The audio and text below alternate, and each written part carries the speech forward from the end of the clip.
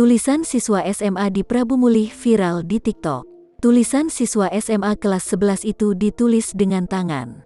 Berdasarkan unggahan video @Regina6 di akun TikTok, tulisan tersebut nampak rapi. Bahkan warganet sebut tulisannya seperti ketikan komputer. Hingga artikel ini terbit, video TikTok itu ditonton 1,8 juta orang. Beberapa warganet pun memuji tulisan bak ketikan komputer itu melalui komentar. Si pengunggah sekaligus pemilik tulisan bak ketikan komputer ini bernama asli Regina Arli atau disapa Regina asal Prabu Mulih, Sumatera Selatan. Regina sendiri masih duduk di bangku kelas 2 SMA Negeri 1 Prabu Mulih. Untuk membuat tulisan yang rapi, Regina mengaku butuh waktu latihan menulis yang cukup lama. Ia terbiasa melatih tulisannya agar rapi sejak masih di bangku SD.